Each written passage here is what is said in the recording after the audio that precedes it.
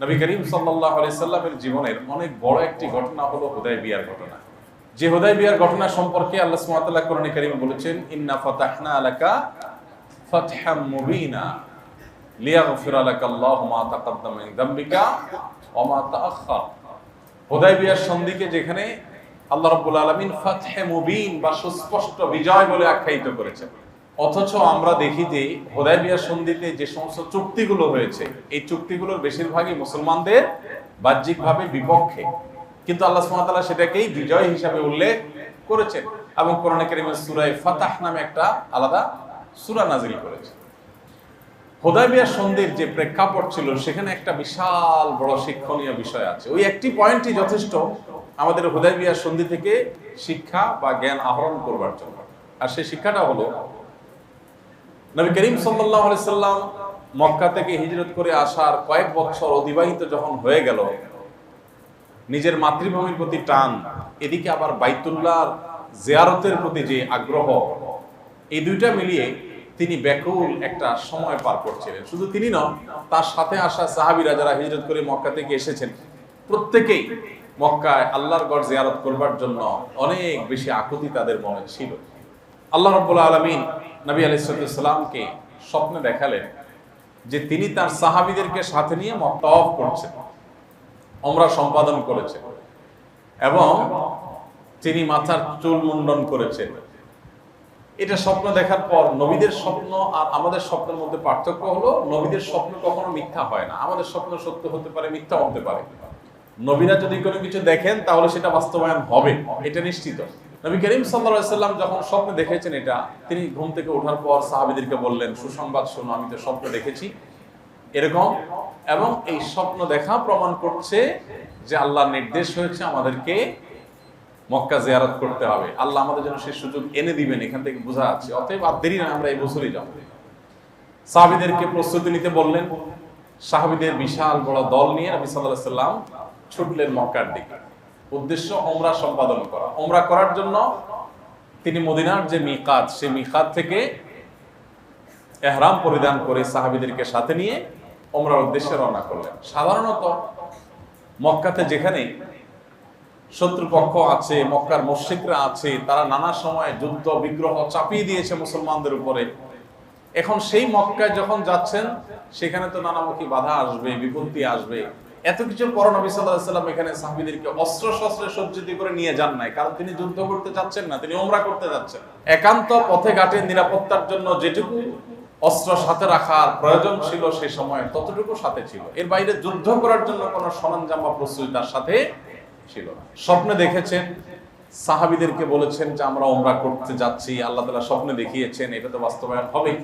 যখন হুদায়বিয়ায় গেলেন, আমরা জানি তিনি শুনতে পেয়েছেন যে হুদায়বিয়া নামক জায়গায় মক্কার মুশরিকরা অবরোধ করেছে। তারা মক্কায় মুসলমানদের আগমনের সংবাদ শুনতে পেয়ে মক্কায় প্রবেশ করতে দিবে না, তারা বাধা দিচ্ছে। এদিকে নবী সাল্লাল্লাহু আলাইহি সাল্লাম তাদের সে বাধার বিপরীতে যুদ্ধ করবেন, সংগ্রাম করবেন, লড়াই করবেন, এরকম কোনো প্রস্তুতি তার ছিল না। তিনি বিভিন্নভাবে তাদেরকে বোঝানোর চেষ্টা করলেন, বিভিন্নভাবে তাদেরকে নেগোসিয়েশনে আনার চেষ্টা করলেন, কিন্তু কোনোভাবে তারা নেগোসিয়েশনে আসতে চাইল না। নবী করিম সাল্লাল্লাহু আলাইহি সাল্লাম, সাহাবায়ে কেরাম সবাই চিন্তিত হয়ে পড়লেন যে আমরা উমরা করতে এসেছি, ইহরাম পরে এসেছি, এরা মক্কায় ঢুকতে দিচ্ছে না, উমরা করতে দিচ্ছে না, বাধা দিচ্ছে, কি করা যায়? একের পর এক প্রতিনিধি পাঠাতে লাগলেন। একজন একজন প্রতিনিধি যান, আবার ফিরে আসেন, ব্যর্থ হয়ে কোনো সফলতা পান না।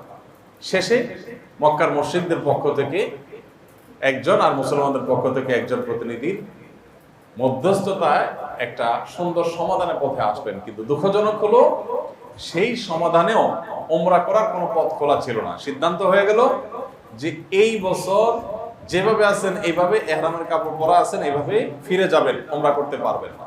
যারা মক্কায় গিয়েছেন, উমরা করার তৌফিক, হজ করার তৌফিক যাদের হয়েছে, তারা জানেন ইহরামের পোশাক পরিধান করার পর কি আবেগ, কি আকুতি, বাইতুল্লাহর প্রতি কি টান, কি আকর্ষণ তৈরি হয়। এমনিই তো মুসলমানের অন্তরে এটা থাকে, কিন্তু ইহরামের কাপড় পরে যখন আপনি উমরার উদ্দেশ্যে, হজের উদ্দেশ্যে চলে যাবেন, তখন আপনার ভিতরে যে ব্যথা, যে আকুতি, যে আকর্ষণ হয়, এখান থেকে আসলে উমরা না করে ব্যাক করে আসাটা, এটা যে কত কষ্টের সেটা বলার অপেক্ষা রাখে না। তার মধ্যে আবার কয়েক বছর যেতে পারেন নাই, নিজেদের মাতৃভূমি, আল্লাহর ঘর, আবার নবী সাল্লাল্লাহু আলাইহি সাল্লামের স্বপ্ন দেখার পর যে আগ্রহ তৈরি হয়েছে, এই সব কিছুকে রেখে তাদেরকে আবার ফেরত চলে আসতে হচ্ছে। ঐতিহাসিক হুদায়বিয়ার সন্ধি চুক্তি হলো, চুক্তি উভয় পক্ষ থেকে স্বাক্ষরিত হলো, এবং সেই চুক্তির প্রথম শর্তই মুসলমানদের বিরুদ্ধে। সেটা হলো কি, যে এই বছর ফেরত যেতে হবে, আগামী বছর আসবেন। এই বছর আসছেন ভালো কথা, কিন্তু ওমরা করতে পারবেন না। মক্কার মুশরিকদের এই গায়ের জোরের কথা যে এই বছর করলে সমস্যা কি, আমরা তো ইহরাম কাপড় চলে আসছি, অস্ত্র শস্ত্র নাই, তাহলে আমাদের ওমরা করতে আগামী বছরই যখন করতে দিবা, তাহলে এই বছর তো ইহরাম করে আমরা কাছাকাছি চলে আসছি, সমস্যাটা কোথায়? কিন্তু না, দেওয়া হবে না। তাদের এই গেমার্তমি, তাদের এই বাধার মুখে নবী করিম সাল্লাল্লাহু আলাইহি সাল্লাম সাহাবীদেরকে নিয়ে ওখান থেকে ফেরত চলে গেলেন। এই জায়গায় আমি একটু থামতে চাই। এটুকু আপনারা অনেকেই জানেন। আমার প্রশ্ন হলো, নবী করিম সাল্লাল্লাহু আলাইহি সাল্লাম স্বপ্নে দেখেছেন সাহাবীদেরকে সাথে নিয়ে তিনি ওমরা করছেন। সাহাবীরা তার সাথে এসেছেন, হুদায়বিয়া নামক জায়গায় বাধাগ্রস্ত হয়ে তারা পেছনে ফিরে চলে যেতে হয়েছে। এই পরিস্থিতিতে আপনি বা আমি যদি হতাম, নবী করিম সাল্লাল্লাহু আলাইহি সাল্লাম বলেছেন যে তিনি স্বপ্ন দেখেছেন, তার স্বপ্ন সত্য হয়, তাহলে এবছর আমরা ওমরা করব। তিনি বলেছেন আমরা এবছর ওমরা করবই, কিন্তু ওমরা তো করা হয় না। সাধারণভাবে যে কোনো মানুষের মনে সব প্রশ্ন আসতো, আমরা থাকলে আমাদের মনে আরো জোরে প্রশ্ন আসতো, হে আল্লাহ রাসূল, আপনি না বলছেন এবছর আমরা ওমরা করব, আপনি না বলেছেন আপনি স্বপ্ন দেখেছেন, তো নবীর স্বপ্ন তো মিথ্যা হয় না, কিন্তু এখন তো আমাদেরকে ফেরত চলে যেতে হচ্ছে, তাহলে আপনার স্বপ্ন সত্য হলো কই? আমাদের মধ্যে আমরা যদি তখন বেঁচে থাকতাম, হয়তো একজনও এই ঈমান নিয়ে, আমাদের ঈমানের যে হালত, এই ঈমান নিয়ে আমরা হয়তো একজন ঈমানের উপর টিকে থাকতে পারতাম। কি বলেন, আপনাদের কারো পারতেন মনে হয়? যে আপনি বলেছেন এবছর আমরা ওমরা করব, এবং আপনি স্বপ্ন দেখেছেন, আল্লাহ আপনাকে স্বপ্ন দেখিয়েছেন, কিন্তু বাস্তবে দেখলাম যে উল্টা, স্বপ্নটা তো বাস্তবায়ন হলো না, তাহলে আপনার স্বপ্ন কিভাবে সত্য হলো? এই প্রশ্ন মনের মধ্যে ওকিঝুঁকি দিত কি দিত না? শুধু ওকিঝুঁকি, বেঈমান হয়ে যেত মানুষ দলে দলে, ঠিক না? হ্যাঁ ভাইরা আমার, এটি হলো আল্লাহ তাআলার পরীক্ষার জায়গা। সাহাবীদের ব্যাপারে আল্লাহ তাআলা বলেছেন, উলাইকাল্লাযীনা ইমতাহানাল্লাহু কুলুবুহুম লিত্তাকওয়া। তাকওয়া সংরক্ষণের জন্য, তাকওয়াকে রাখবার জন্য সাহাবীদের অন্তরগুলোকে আল্লাহ তাআলা পরীক্ষা করেছেন। আল্লাহর পরীক্ষা উত্তীর্ণ হয়েছে, এগুলো নির্বাচিত। আল্লাহ তাআলা এমনি এমনি বলেন নাই কোরআনে কারীমে, আমিনু কামা আমানান নাস। সাহাবীরা যেভাবে ঈমান এনেছে, সে মানুষগুলোর মতো তোমরা ঈমান আনো। কি ঈমান ছিল তাদের দেখেন। নবী করিম সাল্লাল্লাহু আলাইহি সাল্লাম বলেছেন এই বছর আমরা ওমরা করব, এবং ইহরাম পরে সাহাবীদেরকে সাথে নিয়ে এসেছেন, কিন্তু বাধাগ্রস্ত হয়ে তিনি ফিরে চলে গেলেন, ওমরা করা হলো না। তাহলে নবী সাল্লাল্লাহু আলাইহি সাল্লামের কথা যে বাহ্যিক দৃষ্টিকোণ থেকে বাস্তবায়ন হলো না, সাহাবীদের নবী সাল্লাল্লাহু আলাইহি সাল্লামের প্রতি পাল্টা প্রশ্ন ছোড়ার কথা। কিন্তু আপনি হুদায়বিয়ার ঘটনা নিয়ে যত ইতিহাসের বই পুস্তক আছে ঘাটাঘাটি করেন, আপনি কোথাও দেখবেন না একজন সাহাবী নবী সাল্লাল্লাহু আলাইহি সাল্লামকে এই প্রশ্নটা ছুড়ে দিয়েছেন, হে আল্লাহর রাসূল, তাহলে আপনার স্বপ্ন কিভাবে বাস্তবায়িত হলো না, কিভাবে তার ব্যতিক্রম হলো, কিভাবে আপনার স্বপ্নের উল্টাটা হলো, তাহলে কিভাবে আমরা আপনার প্রতি ঈমান আনবো? এই প্রশ্ন একজন সাহাবীও, এই কথা একজন সাহাবীও হুদায়বিয়ার সন্ধির যে সিদ্ধান্তগুলো মুসলমানদের বিরুদ্ধে ছিল, ওমর রাদিয়াল্লাহু তাআলা আনহু সেগুলোর ব্যাপারে প্রশ্ন তুলেছেন, হে আল্লাহর রাসূল, আপনি না আল্লাহর সত্য নবী, তাহলে ওদের এই সমস্ত উল্টাপাল্টা কথা, ওদের গোঁয়ার্তুমি কথা কেন আমাদেরকে মানতে হবে? এটা নিয়ে তার আপত্তি ছিল। কিন্তু আপনি যে বলেছেন সেটা তো খাটলো না, তাহলে আপনার কথা যে খাটলো না, তাহলে আমরা এখন আপনাকে কিভাবে বিশ্বাস করবো? নাউজুবিল্লাহ। এরকম কথা একজন সাহাবীও, আর আমরা হলে হয়তো একজনও ছাড়তাম না। হলো না তো, তার কথা তো খাটলো না, তাহলে কি? দেখুন ভাইরা, এই জায়গাটাতেই সাহাবীরা গোটা পৃথিবীর ইতিহাসের সমস্ত মানুষদের মধ্যে নবী রাসূলদের পরে সবচেয়ে শ্রেষ্ঠ মানুষ, সেরা মানুষ। আল্লাহ নবীর সাথে কারা সঙ্গী হবেন, কারা সাহাবী হবেন, তার আমলে কাদের জন্ম হবে, তাদের ঈমানের শক্তি কত পাওয়ারফুল হবে, এই সবগুলো আল্লাহ তাআলা আগে থেকে ডিসিশন নিয়ে রেখেছেন। আল্লাহ রাব্বুল আলামিন আমাদেরকে তাদের অনুসারী হওয়ার তৌফিক দান করুন। আমিন। আল্লাহ তাআলা সাহাবীদের ভালোবাসা আমাদের অন্তরে গভীরভাবে ধারণ করার তৌফিক দান করুন। আমিন। ভাইরা আমার, এই যে নবী সাল্লাল্লাহু আলাইহি সাল্লামের স্বপ্ন বাহ্যিকভাবে বাস্তবায়ন হলো না, মন খারাপ হয়ে যাওয়ার মতো একটা ব্যাপার ছিল। সাহাবীরা ফেরত গেলেন, পরবর্তী বছর তারা ঠিকই উমরা সম্পাদন করলেন। শুধু ওমরা সম্পাদন করলেনই না, ওই ঐতিহাসিক হুদায়বিয়ার সন্ধির এই চুক্তি থেকেই পরবর্তীতে মক্কা বিজয়ের সূচনা হয়েছিল। এই চুক্তির প্রায় প্রতিটি পয়েন্টই মুসলমানদের বিরুদ্ধে ছিল। দেখেন, প্রথমটাই বিরুদ্ধে, যে আগে ফেরত যাও, পরে দেখা যাবে আগামী বছর, গায়ের জোরের কথা। কিন্তু আল্লাহ তাআলা বলছেন, ইন্না ফাতাহনা লাকা ফাতহাম মুবিনা, হে রাসূল আপনাকে সুস্পষ্ট বিজয় দিয়েছি। দেখেন, বাহ্যিকভাবে মনে হচ্ছে পরাজয়, উমরা করতে পারলেন না, ফেরত চলে যাবেন, কিন্তু আল্লাহ বলছেন কি? সুস্পষ্ট বিজয়, শুধু বিজয় না। এটা যে সুস্পষ্ট বিজয়, এর ভিতরে যে লুকায়িত ছিল সেটা দেখতে আমাদের বেশি অপেক্ষা করতে হয় নাই। খুব সামান্য সময়ের ব্যবধানে দেখা গেছে অনেকটা রক্তপাতহীন ভাবে এই যেই মক্কায় প্রবেশ করতেই অনুমতি পাওয়া যাচ্ছিল না, সেই মক্কাকে রীতিমতো স্বাধীন করে নিলেন নবী সাল্লাল্লাহু আলাইহি ওয়াসাল্লাম। হ্যাঁ আমার, তাহলে ওই যে ওমরার কথা উনি স্বপ্নে দেখেছেন, সেটার কি হবে? ওইটার উত্তর হলো, আল্লাহ রাব্বুল আলামিন তাকে স্বপ্নে দেখিয়েছেন ওমরা করবেন। সেটা এই বছরই হতে হবে জরুরি না, এক বছর পরেই হয়েছে। অর্থাৎ যেটা স্বপ্নে আল্লাহ দেখিয়েছেন সেটা বাস্তবে ঠিকই হয়েছে, শুধু একটা বছর গ্যাপ হয়েছে। এই যে একটা বছর গ্যাপ হয়েছে, সেটা কেন? যাতে করে ওই যে মক্কা বিজয়ের সূচনা এখান থেকে তৈরি হয়। কারণ এই হুদায়বিয়ার সন্ধির মাধ্যমে যুদ্ধ বিগ্রহ বন্ধ ছিল। এই চুক্তির কারণে উভয় পক্ষ যুদ্ধ বিগ্রহ করে নাই। এই সুযোগে নবী করিম সাল্লাল্লাহু আলাইহি ওয়াসাল্লাম দাওয়াতের কাজ করতে পেরেছেন। এই সুযোগে তিনি মক্কা বিজয়ের যে প্রাথমিক কাজগুলো সেগুলো সব শেষ করতে পেরেছেন এবং খুব সহজে অল্প সময়ের ব্যবধানে মক্কা বিজয় করতে পেরেছেন। তাহলে আল্লাহ তাআলা তাকে যে স্বপ্ন দেখিয়েছেন যে তিনি মক্কা প্রবেশ করেছেন, তিনি চুল চেঁচেছেন, তিনি ওমরা করেছেন, সে স্বপ্ন বাস্তবায়ন হয়েছে না হয় নাই? শুধুমাত্র আল্লাহ তাআলা মাঝখান থেকে সাহাবীদের ঈমানের একটু পরীক্ষা করলেন। তারা ঈমানের পরীক্ষা উত্তীর্ণ হয়েছেন। আল্লাহ শুধু মক্কা বিজয় দেন নাই, মক্কাতে শুধু ওমরা করার সুযোগ দেন না, মক্কাকে কিয়ামত পর্যন্ত সময়ের জন্য মুসলমানদের কাছে বিজয়ী করে দিলেন। মক্কা বিজয়ের তৌফিক দিয়ে দিয়েছেন কিয়ামত পর্যন্ত। সেই যে নবী সাল্লাল্লাহু আলাইহি ওয়াসাল্লাম মক্কা বিজয় করেছেন, ১৫০০ বছর চলে গেছে, আজও পর্যন্ত পৃথিবীর অনেক শহর, অনেক মুশরিকরা, অনেক কাফেররা দখল করেছে, মক্কা আজও পর্যন্ত এক সেকেন্ডের জন্য কোনো কাফেররা দখল করতে পারে না। তাহলে হুদায়বিয়ার এই ঘটনা থেকে আমরা কি শিখলাম?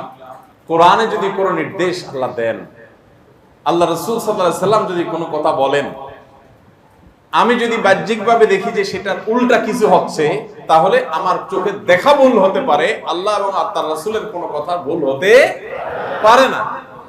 হুদায়বিয়ার সন্ধিতে সাহাবীরা দেখেছেন যে নবী সাল্লাল্লাহু আলাইহি ওয়াসাল্লামের স্বপ্ন বাস্তবায়ন হয় নাই, মূলত সেটা একটা পরীক্ষা ছিল এবং এর মধ্যে লুকায়িত ছিল সে স্বপ্ন বাস্তবায়নের ফর্মুলা, এবং অল্প সময়ের ব্যবধানে পরের বছরই সেটা বাস্তবায়ন হয়েছে।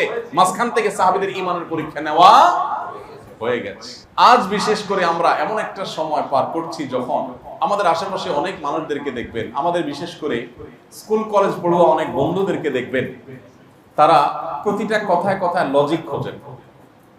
কোরআন এবং হাদিসে আল্লাহ এবং তার রাসূল নির্দেশ করেছেন আনুগত্যের জন্য, মাথা নত করার জন্য, এটুকু তাদের কাছে যথেষ্ট না। তারা খুঁজতে থাকেন যে না, লজিক কি আছে, যুক্তি কি আছে, আমার বুঝে আসলে তারপর মানবো, না হলে আমি মানবো না। এরকম একটা টেন্ডেন্সি আমাদের অনেকের মধ্যে। তারা মোটেও আল্লাহ তাআলার দাসত্ব করছেন না, তারা মোটেও আল্লাহর গোলাম না, তারা নিজের বিবেক, বুদ্ধি, নিজের লজিক এবং যুক্তির গোলামি করছেন। ঈমান হলো আমার বুঝে আসুক আর না আসুক, আমি আল্লাহর আদেশ এবং নিষেধের কাছে মাথা নত করলাম, কারণ আল্লাহর সব আদেশের রহস্য এবং বাস্তবতা, যৌক্তিকতা আমার বোঝা মোটেও সম্ভব না। আমি যদি আল্লাহর সব আদেশ নিষেধের যৌক্তিকতাই বুঝে গেলাম, তাহলে আল্লাহ রাব্বুল আলামিনের যে রহস্য, তিনি যে হাকিম, তার যে প্রজ্ঞার কোনো সীমা নেই, তাহলে আমি যদি ধরে ফেলতে পারলাম, তাহলে তিনি হাকিম কেমনে হলেন? আল্লাহ হওয়ার প্রমাণিত এটা যে তার সকল নির্দেশের রহস্য আপনি আবিষ্কার করতে পারবেন না। কিয়ামত পর্যন্ত মানুষ আবিষ্কার করতে থাকবে, একটা একসময় আবিষ্কার হবে, আরেকটা ২০০ বছর পরে আবিষ্কার হবে, কিন্তু হবে। আর হোক বা না হোক আবিষ্কার, আল্লাহর প্রতি পরিপূর্ণভাবে ঈমান আনার শিক্ষা আমার বুঝে আসুক আর না আসুক। এমনকি আমি চোখে যা দেখছি, আমার চোখের দেখাটাকে আমি মিথ্যা মনে করতে পারি, আল্লাহর কোনো কথাকে, নবী সাল্লাল্লাহু আলাইহি ওয়াসাল্লামের নির্দেশকে আমি মিথ্যা বা ভুল মনে করতে পারি না। আধুনিক যুগে এটাকে আমাদের ইসলাম বিদ্বেষী বা মুসলমানদের সমালোচনাকারী বা নাস্তিক ভাইরা, তারা এটাকে অন্ধত্ব মনে করেন। দেখুন, মূলত প্রত্যেকটা মানুষই অন্ধ। কেউ নিজের বিবেক যুক্তির কাছে অন্ধ, কেউ তার আল্লাহ এবং তার রাসূলের কাছে অন্ধ। আপনি আপনার বিবেক বুদ্ধিকে, আপনার লজিককে, আপনার যুক্তিকে আপনি খোদা বানিয়ে বসে আছেন, যে আপনার যুক্তি ধরলে আপনি নিবেন, না হলে নিবেন না। আর আমি আমার রবকে, আমার সৃষ্টিকর্তাকে আল্লাহ বানিয়েছি, তিনি যদি কোনো কিছু বলেন তো আমি নেব, না হলে নেব না। আমার যুক্তি এটা সীমিত, আল্লাহ রাব্বুল আলামিনের হিকমা, প্রজ্ঞা, রহস্য সেটা অসীম। হুদায়বিয়ার সন্ধি থেকে এই একটা শিক্ষা আমরা পেলাম। আল্লাহ তাআলা আমাদের সবাইকে ফিতনার এই সময়ে আমাদের বুঝে আসুক আর না আসুক, আল্লাহর সমস্ত আদেশ এবং নিষেধগুলোর মধ্যে আমাদের কল্যাণ আছে, সেটাকে মনে প্রাণে গভীরভাবে বিশ্বাস করা এবং আমল করার তৌফিক আল্লাহ তাআলা আমাদেরকে দান। এমন একটা সময় আমরা পার করছি, সময়টাতে ঈমান রাখা খুব কঠিন ভাই। নবী আলাইহিস সালাম বলেছেন, এমন একটা সময় আসবে, ইউসবিহুর রাজুলু মুমিনান ওয়া ইউমসি কাফিরা। একটা মানুষ সকালে ঈমানদার থাকবে, বিকালে বেঈমান হয়ে যাবে। এমন একটা সময় আসবে, সেই সময়টা আমরা এখন হয়তো পার করছি। চতুর্দিকে ফিতনার ঘনঘটা।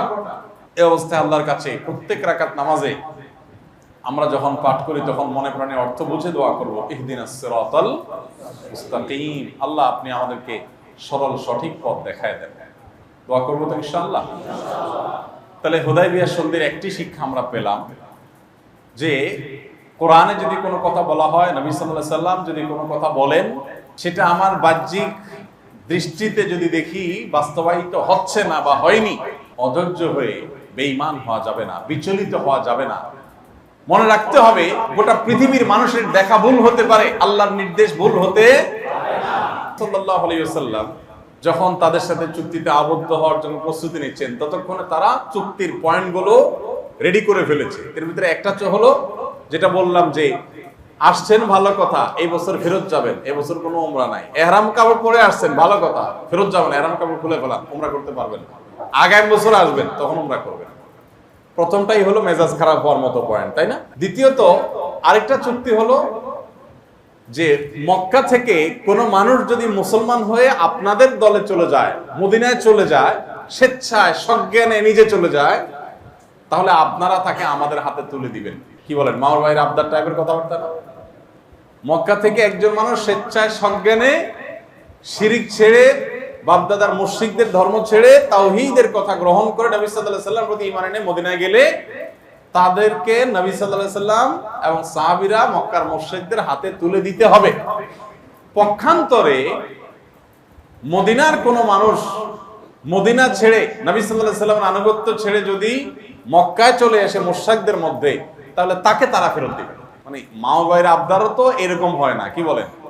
মামা ভাইতে এরকম আবদার করলে মার খাওয়া লাগবে না? মামা ভাইয়ের আবদারও ফেল কাফেরদের আবদারের কাছে, তাই না? কিন্তু অবাক করা বিষয় কি দেখেন, নবী করিম সাল্লাল্লাহু আলাইহি ওয়াসাল্লাম বলেন, হ্যাঁ ঠিক আছে, ঠিক আছে, ওকে, কোনো অসুবিধা নেই, ঠিক আছে। সাথে সাথে মানলেন। এটা দুনিয়াতে কারো পক্ষে মানা সম্ভব, কিন্তু তিনি মানলেন। ওই যে আল্লাহর নির্দেশ আছে, যা বলে মানো, হো করো, এর ভিতরে সফলতা আছে।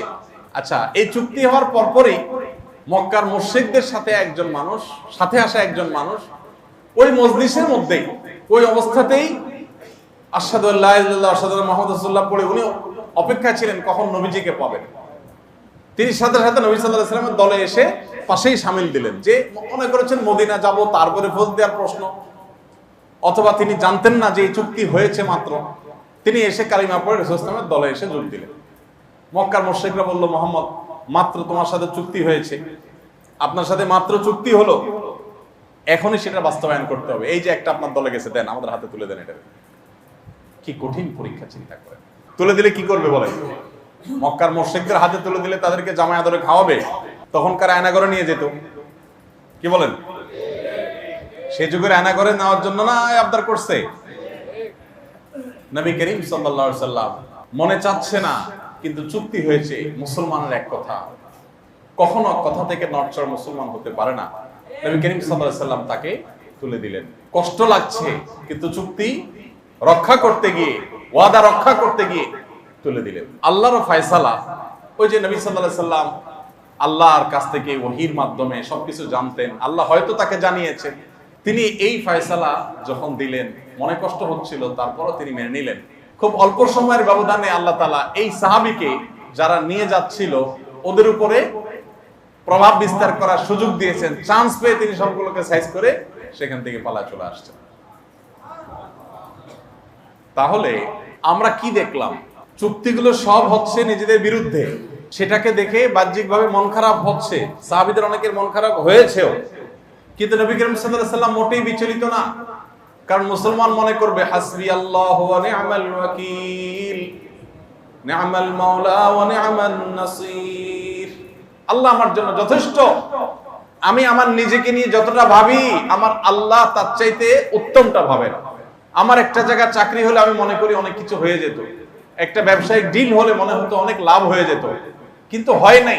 তার মানে হলো আমি নিজের জন্য যেটা ভাবছি, আমার আল্লাহ তার চাইতে বেটার কিছু ভাবছে। তো এই শিক্ষা এখান থেকে আমরা পেলাম যে আল্লাহর কোনো ফয়সালা আমার বুঝে আসুক আর না আসুক, আমি সেটাকে মেনে নিলে এর ভিতরে কল্যাণ থাকবে ইনশাআল্লাহ। আজ আমাদের জীবনে যে ডিপ্রেশন, আমাদের জীবনে যে দুশ্চিন্তা, ঘরে ঘরে দেখবেন মানুষ ডিপ্রেসড। প্রমোশনটা হলো না, চাকরিটা হলো না, ব্যবসাটা টিকলো না, ডিলটা হলো না, আমাদের মন খারাপ। ওয়াল্লাহি এরকম বহু বিষয় আমাদের জীবনে বারবার ঘটেছে, আমরা হয়তো ভালো করে খেয়াল করার সুযোগ পাই নাই। আপনার জীবনে বহুবার ঘটেছে, আপনি একটা জিনিসকে ভালো মনে করেছেন এবং তার জন্য লালায়িত ছিলেন, হয় নাই, মন খারাপ করেছেন। একটা সময় আপনার কাছে দিনের আলোর মতো পরিষ্কার হয়ে গেছে, যা হয়েছে তাতেই আপনার কল্যাণ ছিল, এটা হইলে বরং আপনার সর্বনাশ হইত। এরকম ঘটনা কি জীবনে দু চারবার হয় না? হয় না? প্রত্যেকের জীবনে, আমার জীবনে তো এরকম আমি বহু কিছু দেখেছি। আবার এর বিপরীতটাও দেখেছি, কোনো কিছু হলে মনে হইতো যে অনেক ভালো হবে, খুশি হয়ে গেছি, হয়ে গেছে, কিন্তু পরে 2 বছর 5 বছর 7 বছর পরে দেখছি যে হায় হায় সর্বনাশ, কি হইলো? হয়েছে না হয় নাই বলেন? বেশি দিন আগের কথা না, এদেশে সরকার পরিবর্তন হয়েছে। বিগত রেজিমের আমলে একটা পদের জন্য অনেক মানুষ লালায়িত ছিল, টাকা পয়সা কত কষ্ট, হায়রে একটু পদ নি পাই। কেউ পদ পায় নাই, তার মনটা অনেক খারাপ হয়ে গেছে, হায় হায় এত কিছু করলাম, পারলাম না, আল্লাহ তুমি তো দিলা না, এত দান সাদকা করলাম, এত হুজুরদের দিয়ে দোয়া টোয়া পড়াইলাম, কিছুই হলো না, পদটা পাইলাম না, মনটা খারাপ করছে বেচারা। আরেকজন পদটা পাইছে, পাইয়া তো সে নারায় থাকবে, সুবহানাল্লাহ আলহামদুলিল্লাহ মিলাদ দিচ্ছে, মিষ্টি খাওয়াচ্ছে সবাইরে, অনেক খুশি, সে পদটা পাইছে। এর মধ্যে আল্লাহ তাআলার ফয়সালা চলে আসছে, সরকার পতন হয়ে গেছে। এখন যে পদ পায় নাই এবং মন খারাপ করছিল, সে এখন কি বলে? আলহামদুলিল্লাহ, আল্লাহ বাঁচাইছো তুমি, জানটা অন্তত বাঁচছে মালিক। আর যে পদটা শেষ মুহূর্তে পাইলো এবং পাইয়া সে অনেক বেশি লাফালাফি করলো, অনেক বেশি খুশি হয়ে গেল, সে এখন বলল মাবুদ এ কি পরীক্ষা তোমার? ঠিক না? ঠিক। এটাতে আপনারা খুব জমে উঠছেন মাশাআল্লাহ। কিন্তু ভাই বাস্তবতা হলো, ওয়াল্লাহি আল্লাহর শপথ করে বলি, আপনার জীবনে এরকম ঘটনা বহু ঘটে, আমার জীবনে বহু ঘটে। আমরা শিক্ষা গ্রহণ, আমার আল্লাহ আমার জন্য যা নির্বাচন করেছেন তা আমার নির্বাচনের চাইতে 1000 গুণ উত্তম। আমার যদি কোথাও বিয়ে করার খুব শখ ছিল, ইচ্ছা ছিল, সেখানে হয় নাই, অবশ্যই এর মধ্যে আমার কল্যাণ নিহিত। আমার একটা জায়গায় চাকরি হওয়ার কথা ছিল, হয় নাই, আমি মন খারাপ করব না। ইমানদার কখনো নিরাশ হবে না, আল্লাহর প্রতি আস্থাশীল রাখবে। ইমানদার বলবে হাসবি আল্লাহ, আল্লাহ আমার জন্য যথেষ্ট, চাকরির দরকার নেই, আমার আল্লাহ থাকলেই হবে। ব্যবসা আমার জন্য, ব্যবসা ধরা খাচ্ছি একটার পর একটা। সেদিন এক ভাই বললেন, ভাই কয়েকদিনের ব্যবধানে আমার 3টা গাড়ি অ্যাক্সিডেন্ট করছে, কয়েকদিনের ব্যবধানে, এভাবে একটার পর একটা হচ্ছে দুঃখ। স্বাভাবিকভাবে একটু বোঝানো কঠিন, ভাই একটার পর একটা গাড়ি অ্যাক্সিডেন্ট হচ্ছে, কয়দিন পর পর অ্যাক্সিডেন্ট হচ্ছে। গাড়ি ব্যবসা করি আমি, যা কামাই করতেছি তার কয়েক গুণ আমার লস দিতে হচ্ছে। স্বাভাবিকভাবে মন খারাপ হয়ে যায়। কিন্তু দেখেন ইমানদারের যে সান্ত্বনার জায়গাটা, যে আমার সব কিছু চলে যাচ্ছে, লাখ লাখ টাকা লস হয়ে যাচ্ছে, কিয়ামতের ময়দানে আল্লাহ যদি ডেকে বলেন, বান্দা জীবনে অনেক বিপদ দিয়েছি, তুমি ধৈর্য ধারণ করেছো, তুমি মেনে নিয়েছো, এর বিনিময়ে তোমাকে যাও এই জান্নাতের চাবি দিয়ে দিলাম। তাহলে এই যে হারাইলাম, এই হারানোর বিনিময়ে যে জান্নাতটা পাইলাম, এই বিনিময়টা কি লাভের না লসের? আরে হারাইলে আমি কত হারাইতে পারবো, লাখ লাখ কোটি কোটি, গোটা দুনিয়া সব, এই তো। আর পাবো যেটা, সেটা তো কমপক্ষে এই গোটা পৃথিবীর 10 গুণের চাইতেও বেশি, কমের পক্ষে। এবং এটা তো একসময় থাকবে না, আর ওইটা অনন্তকাল থাকবে। তাহলে আমার সমস্ত হারানোর বিপরীতে যে প্রাপ্তি হবে, সেটা কম না বেশি? এই জন্য ইমানদারের কখনো মন খারাপ হওয়ার সুযোগ, ইমানদার কখনো ডিপ্রেসড হয়ে হতাশ হতে পারে না। এই জন্য গোটা পৃথিবীতে দেখবেন যত সুখী দেশ আছে তত ডিপ্রেশন সবচেয়ে বেশি, তত সুসাইড সবচেয়ে বেশি, তত আত্মহত্যা সবচেয়ে বেশি। এবং পৃথিবীতে প্রত্যেক বছর বিশ্ব স্বাস্থ্য সংস্থার জরিপ অনলাইনে সার্চ দিয়ে দেখবেন, প্রায় প্রতি বছর গোটা পৃথিবীতে আত্মহত্যা সবচেয়ে কম থাকে মুসলমানদের মধ্যে। কারণ মুসলমান জানে তার হারাবার কিছু নাই, হাতি মরলেও লাখ, বাঁচলেও লাখ। আল্লাহ তাআলা আমাদের সবাইকে হুদায়বিয়ার এই শিক্ষাটা আমাদের জীবনে ধারণ করে আল্লাহ তাআলা সমস্ত ফয়সালাকে মেনে নেওয়ার মতো মানসিকতা এবং সবর আমাদেরকে দান করুন। তাহলে কোনো দুঃখে, কোনো দুর্দশায়, কোনো বিপদে কখনো হতাশাগ্রস্ত হবেন না তো ইনশাআল্লাহ।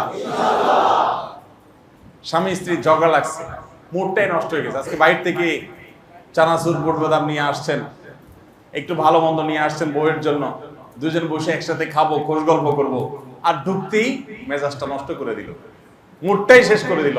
আমরা সাধারণত খেই হারাই ফেলাই, তাই না? মেজাজটা নষ্ট হয়ে যায়, তাই না? কিন্তু আপনি তখন যদি চিন্তা করেন, হয়তো তার সাথে এই যে এখন গন্ডগোলটা চলতেছে, এর ভিতরে কোন একটা কল্যাণ অবশ্যই আছে। আল্লাহর কল্যাণ কি সেটা আমি বুঝতেছি না, হয়তো বুঝে আসবে 6 মাস পর যে ওই দিনের ঝগড়াটা না হইলে এই কাজটা হইতো না। তো ইমানদার সবসময় প্রত্যেকটা দুঃখের মধ্যেও সুখ খোঁজার চেষ্টা। আরে ভাই, নবী করিম সাল্লাল্লাহু আলাইহি ওয়াসাল্লামের চাইতে দুঃখী মানুষ পৃথিবীতে কে ছিল বলেন তো? দুনিয়ার আলো দেখার আগে যে ব্যক্তি বাবাকে হারিয়েছেন, মায়ের গর্ভে থাকতে যার বাবা নাই, দুনিয়ার আলো দেখার পর মা নাই, মায়ের বুকের দুধটা পর্যন্ত খাওয়ার সুযোগ পান নাই, বাবার স্নেহটা কোনোদিন মাথার উপরে পড়ে নাই, মায়ের আলতো আদর, মায়ের কোল যার পাওয়ার সুযোগ হয় নাই, সামান্য বুঝজ্ঞান হওয়ার পরই যার সবচেয়ে বড় আশ্রয়দাতা দাদাটিও নাই হয়ে গেল। গোটা মক্কার মানুষ যখন শত্রুতা করছে, তখন তার একমাত্র আশ্রয়ের জায়গা চাচাকে আল্লাহ তাআলা নিয়ে গেলেন, স্ত্রীকে আল্লাহ তাআলা নিয়ে গেলেন, খাদিজা রাদিয়াল্লাহু নিয়ে গেলেন। একের পর এক পায়ের নিচ থেকে মাটি সরে গেল। এরপরে যেই মক্কার মানুষ আলামিন এতদিন বলেছে, যারা বিশ্বস্ত বলেছে, যারা তাকে এত প্রশংসা করেছে, সেই মানুষগুলো তাকে পাথরের আঘাতে রক্তে রঞ্জিত করলো। সে মানুষগুলো তাকে অপমানিত করলো, শারীরিকভাবে লাঞ্ছিত করলো, পেরেশান করলো, ডিপ্রেশন হতে পারে একজন মানুষ, সেরকম কাজগুলো তার উপরে চাপিয়ে দিল। এরকম টর্চার জুলুম করার পর মদিনায় একটু যাবেন তাও শান্তিতে যেতে দেওয়া হলো না, মদিনায় গেলেন সেখানেও শান্তিতে থাকতে দেওয়া হলো না, একটার পর একটা বদর, উহুদ, খন্দক যুদ্ধ চাপিয়ে দেওয়া হলো। এত দুঃখ মাথায় নিয়ে যে নবী সাল্লাল্লাহু আলাইহি সাল্লাম গোটা জীবন পার করেছেন, তার জীবন তিনি সফল হয়েছেন না ব্যর্থ হয়েছেন? নবী সাল্লাল্লাহু আলাইহি সাল্লামের জীবনে সার্থক হয়েছেন নাকি সার্থক হন নাই? কিরকম সার্থক হয়েছে? আল্লাহু আকবার। গোটা পৃথিবীতে মুহাম্মদ নামে যত মানুষ আছে, গোটা পৃথিবীতে অন্য আর কোন নাম নাই যে নামে এত মানুষ আছে। পৃথিবীতে মুহাম্মদ নামে যত মানুষ আছে, অন্য কোন নামে এত মানুষ পৃথিবীতে। যে লোকটাকে একটা খারাপ কথা বললে এখনো লক্ষ লক্ষ কোটি কোটি মানুষ জীবনের শেষ রক্তবিন্দু দেওয়ার জন্য প্রস্তুত হয়ে যায়, তার নাম কি? তার নাম কি? মুহাম্মদ সাল্লাল্লাহু। আরেকজন মানুষ আপনি দেখাতে পারবেন না। আমি একটা কথা প্রায় বলি ভাই, আজ থেকে 1500 বছর তো দূরের কথা, 500 বছর আগে অনেক জনপ্রিয় মানুষ ছিলেন, অনেক পপুলার মানুষ ছিলেন, বড় ধরনের মনে কোনো তারকা ছিলেন, বা কোনো ক্ষমতাধর রাষ্ট্রপ্রধান ছিলেন, রাজা ছিলেন, বাদশা ছিলেন। যখন ছিলেন মানুষের কাছে অনেক প্রিয় ছিলেন, মানুষ অনেক ভালোবাসত, অনেক ভালো মানুষ হইতে উঠেছিল, হয়তো তিনি এরকম ছিলেন। এরকম 500 বছর আগের কোন রাজা, কোন ক্ষমতাশালী, কোন জনপ্রিয় মানুষের নাম ধরে যদি আপনাদের এই যে নিউ মার্কেটের এই যে নীলক্ষেতের মোড়ে দাঁড়ায় কেউ তার 14 গোষ্ঠী ধরে গালিগালাজ করে মাইক লাগায়া, কি বলেন, কারোর কি সেজন্য চোখের পানি আসবে? তারা গালি দিছে, আমার কি? 500 বছর আগের রাজারা গালি দিছে, আমার সমস্যা কি? কেউ কর্ণপাত করবে? সবাই আরো মজা নেবে, তাই না? কিন্তু 500 বছর নয়, 1500 বছর আগে দুনিয়াতে এসেছে এবং দুনিয়া থেকে চলে গেছে। 1500 বছর পার হওয়ার পরও এখনো পৃথিবীর আফ্রিকার কোন এক কোনায়ও যদি কোন একজন মানুষ তার সম্পর্কে একটা খারাপ কথা বলে, তো বাংলাদেশের এই কোনা থেকে আমাদের অন্তরে অস্থিরতা শুরু হয়, আমরা কষ্ট পাই, ঠিক না? ঠিক, আমাদের অন্তরে রক্তক্ষরণ হয়। এই যে ভালোবাসা, এই যে ভালোবাসা, 1500 বছর ধরে এই ভালোবাসা মুহাম্মদ সাল্লাল্লাহু আলাইহি সাল্লাম ছাড়া পৃথিবীতে আর কোন মানুষের জন্য মানুষের অন্তরে এভাবে। ভাইরা আমার, যে মানুষটার জীবনে বিপদ ছাড়া কিছুই ছিল না, প্রতিটা পদে পদে বিপদ ছিল, গোটা জীবন ছিল বিপদ দিয়ে সাজানো, দুনিয়াতে আসছেনই বিপদ মাথায় করে, মায়ের পেট থেকে বের হয়েছেন আবার এসেই বিপদ দেখেছেন, প্রতিটা কদমে কদমে বিপদ দেখেছেন, বিপদ ছাড়া তার জীবনে একটা দিন অতিবাহিত করতে পারেন নাই। সেই মানুষটা যদি তার সারা জীবনের বিপদ সংকুল এই জীবনের বিপরীতে এই জীবন পার করার পরে তিনি যদি পৃথিবীর সবচেয়ে সাকসেস মানুষ হতে পারেন, তিনি যদি পৃথিবীর সবচেয়ে সফল মানুষ হতে পারেন, তিনি যদি পৃথিবীর সবচেয়ে জনপ্রিয় মানুষ হতে পারেন, তিনি যদি তার মিশনকে সবচেয়ে বেশি সফল করতে পারেন, তিনি যদি সবচেয়ে স্মরণীয় বরণীয় হতে পারেন, তিনি যদি গোটা পৃথিবীর মানুষের কাছে সবচেয়ে ভালোবাসার পাত্র হতে পারেন, তাহলে তার উম্মত হিসাবে আমার জীবনে দুঃখ দুর্দশা আসলে আমি মন খারাপ কেন করি? আমি কি বুঝাতে পারছি ভাই? তাহলে কোন বিপদে, কোন দুঃখে, কোন কষ্টে মন খারাপ করবো না তো ইনশাআল্লাহ। স্বাভাবিক মানুষ হিসাবে আমরা কষ্ট পাই, আমাদের পেরেশানি হয়, আমাদের ভয় হয়, আমাদের দুশ্চিন্তা হয়, কিন্তু ঈমানদার, আল্লাহ বলেছেন ওয়ালা ইয়াস মির রাউহিল্লাহি ইল্লাল কওমুল কাফিরুন, আল্লাহর রহমত থেকে কাফির ছাড়া কেউ নিরাশ হতে, ঈমানদার কখনো নিরাশ হবে না। ঈমানদার বলবে পায়ের তলার সমস্ত মাটি শেষ হতে পারে, সকল দরজা বন্ধ হতে পারে, সকল বিপদ আমার চতুর্পাশে আসতে পারে, তারপরেও আমার ভরসা থাকবে কার উপরে? আমার জীবনে সকল বিপদ আসতে আসতে যদি আমাকে শেষ করে ফেলে, আমি যদি মরেও যাই, তাতেও আমার হারাবার কিছু নাই, কারণ আমার আখিরাতে আল্লাহ তাআলা এই সবরের বিনিময়ে জান্নাত দিবেন ইনশাআল্লাহ। আল্লাহ তাআলা বলেছেন ইন্নামা ইউওয়াফাস সাবিরুনা আজরাহুম বিগাইরি হিসাব, ধৈর্যশীলদেরকে আল্লাহ তাআলা হিসাব ছাড়া বিনিময় দিবেন। কিয়ামতের ময়দানে সবরকারীদেরকে আল্লাহ বলবেন হিসাব নিকাশ লাগবে না, দিয়ে দাও, থুক, গনাগনি নাই, গুনে গুনে কয়টা আর পাবা, দিয়ে দাও। আল্লাহর কাছে এরকম অডেল পাইতে চাই কিনা? তাহলে একটা কাজ করতে হবে ভাই, সুবহানাল্লাহ আলহামদুলিল্লাহ বলা সোজা, কোরআন তেলাওয়াত করা সোজা, ওয়াজ করা সোজা, ওয়াজ শোনাও সোজা, কঠিন কোনটা? সবর করা। চান্দিটা গরম হয়ে যাবে, কিন্তু তারপরও নিজেকে ঠিক রাখতে হবে। মাথা গরম হয়ে গেল আর মুখ দিয়ে ফাঁস করে খারাপ কথা বের হয়ে গেল, এটা কখনো ঈমানদার করতে। ধৈর্য ধারণ করবেন তো ইনশাআল্লাহ?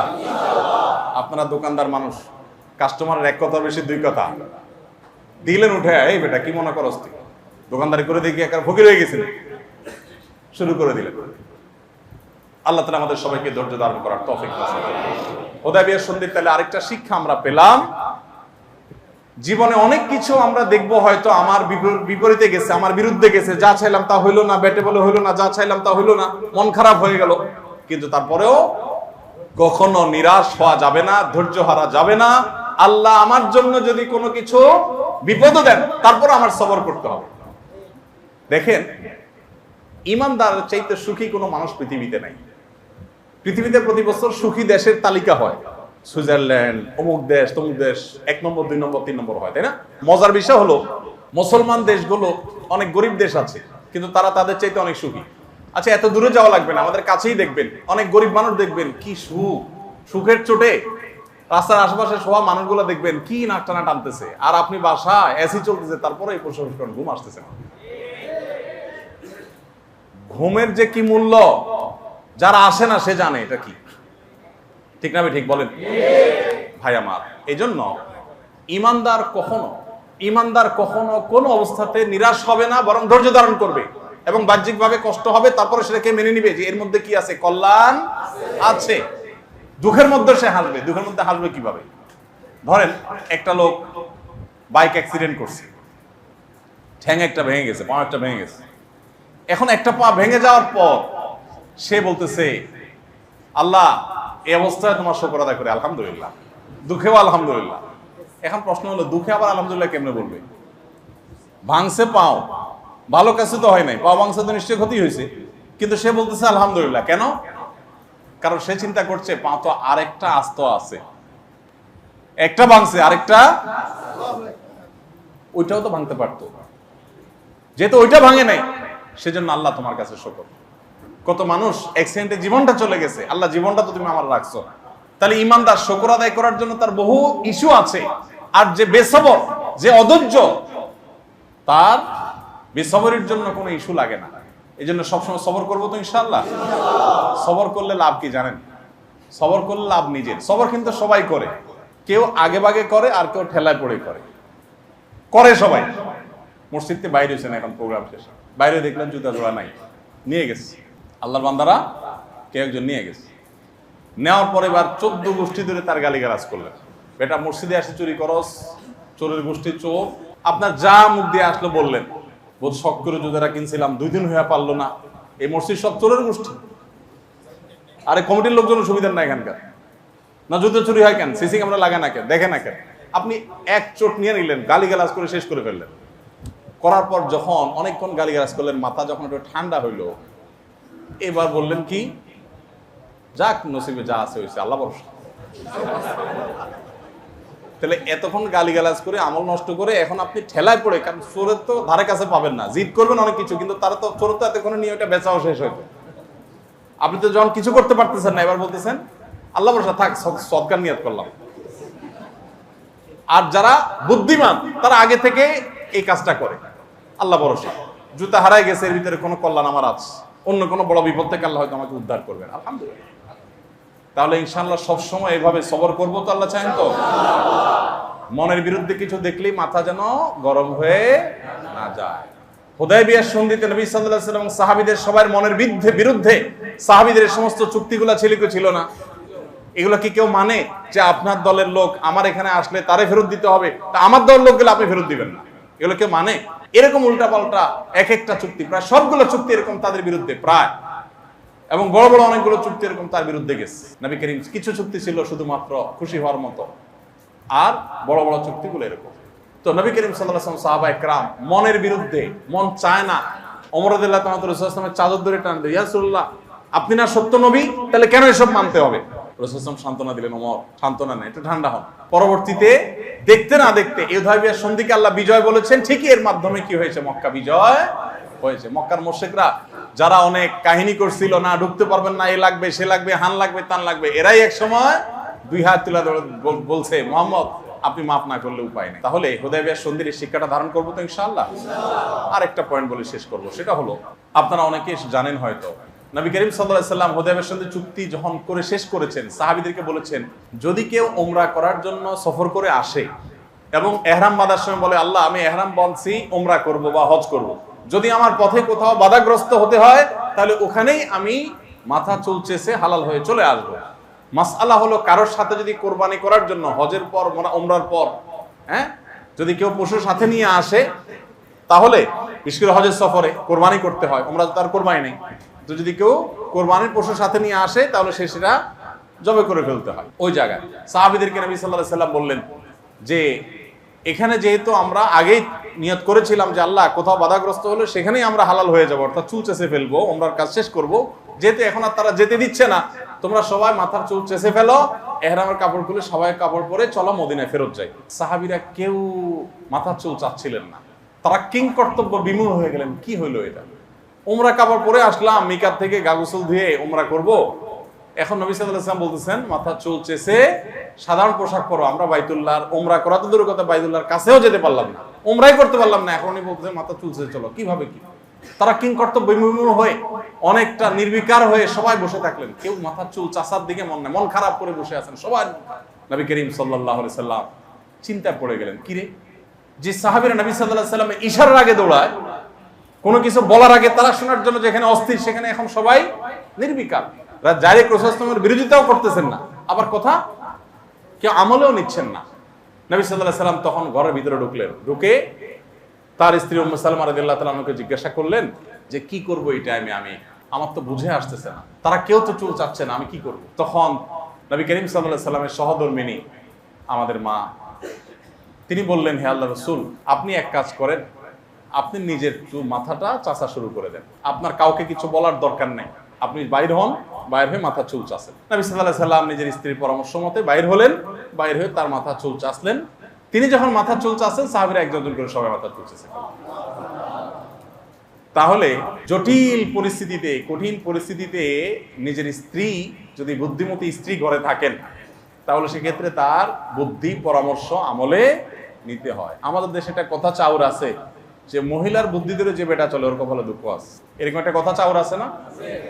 নবী করিম সাল্লাল্লাহু আলাইহি ওয়াসাল্লাম এই হাদিস থেকে বোঝা গেল, স্ত্রী যদি ভালো বুদ্ধি দেন তাহলে সেটা গ্রহণ করতে দোষ নাই, বরং ক্রাইসিস মোমেন্টে মাঝে মধ্যে নিজের স্ত্রীর সাথে একান্তে পরামর্শ করা সুন্নাত। বিশেষ করে স্ত্রী যদি বুদ্ধিমতী হয়, মনে হয় যে হ্যাঁ এটা ভালো পরামর্শ দিতে পারবে, সেটা ভালো কি মন্দ আপনি পরখ করবেন, কিন্তু সেটা আপনি তার সাথে পরামর্শ করবেন, এই করাটা সুন্নাত, নবী সাল্লাল্লাহু আলাইহি ওয়াসাল্লাম সেটা করেছেন। এটা হুদায়বিয়ার সন্ধির একটা শিক্ষা।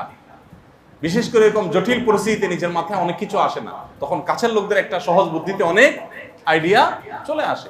নবী করিম সাল্লাল্লাহু আলাইহি সাল্লাম নবী হওয়ার পরও নিজের স্ত্রীর সাথে পরামর্শ করেছেন, অথচ আমরা অনেকে মহিলাদেরকে এমন ভাবে কোণঠাসা করে রাখি যে কোনো কথায়, আরে তোমার আবার মহিলার আবার কি কথা, ভাত কাপড় এনে দেবেন খাইও, বলছে এত কথা বুদ্ধি দিতে আসিও না। আবার উল্টাটাও আছে, অনেক ঘরে মহিলারা এত পণ্ডিতি করে, স্বামী উঠতে তার অনুমতি লাগবে, বসতে তার অনুমতি লাগবে, ডানে, এখন বিশেষ করে এই সময়টা বেশি চলতেছে আরো না। অনেকে আছে যে বউয়ের কথার বাইরে, এখন তো আমরা তো বলতেছি যে মাঝে মধ্যে বুদ্ধি নিয়ে না, অনেকে আছে যে বউর বুদ্ধি ছাড়া সে নড়ে চড়েই না, এটা আবার বেশি হয়ে যায়, তাই না? ওই যে কোন রাজার ঘটনা আছে না, যে ওই রাজা সব পুরুষদেরকে একত্র করছে যারা বউয়ের কথা শুনে, তো ডাকছে, ডাকে বলছে যে যারা বউয়ের কথা শুনে সবাই এই লাইনে দাঁড়াও, আর যারা বউয়ের কথা শুনে তারা এই পাশে দাঁড়াও। এখন দেখা গেল যে রাজা ডান পাশে দাঁড়াইতে বলছেন, যারা বউয়ের কথা শুনে তারা, তো প্রায় সব লোক ডান পাশে গেছে, কারণ সব আমাদের মতো বউ ভক্ত, সব ডান পাশে চলে গেছে, একজন শুধু বাম পাশে দাঁড়ায় আছে। পরে রাজা বললো যে যাক, এই রাজ্যে একটা লোক আছে নিজের বুদ্ধি চলে, বোঝা গেছে। তারা ডাক দিয়ে বলছে, তুমি বউয়ের কথা চলো না, তাই না? যাক, তোমার মতো একটা সুপুরুষ পাওয়া গেছে। তখন সে বলল, রাজা সাহেব, আসলে আমার স্ত্রী আসার সময় বলে দিছে সবাই যেদিকে দাঁড়া তুমি তার উল্টা দিকে দাঁড়াবো, এই জন্য আমি এদিকে দাঁড়াইছি। রাজা বলল, হ্যাঁ রে, এটাও তো মাঠে মারা গেল।